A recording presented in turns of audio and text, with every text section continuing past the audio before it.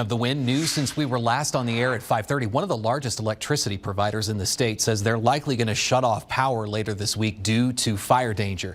Take a look at this map. This shows areas in the northern part of Colorado right along the Front Range, and counties like Adams, Arapahoe, Boulder, Denver, Douglas counties that are in Xcel Energy's service area could face outages on Wednesday starting at noon. You can see when you click on the little warning here in Douglas County that the number of customers in the Douglas County area could be as many as 700, and that outage could last hours or even days. Sydney says strong wind could impact that part of the state as well as Teller County.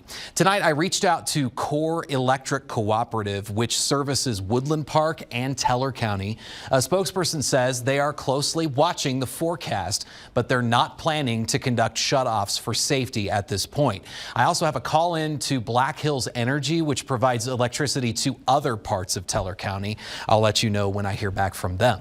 You might remember earlier this year, Xcel announced it had reached an agreement in principle to settle claims related to the 2021 Marshall Fire in Boulder County.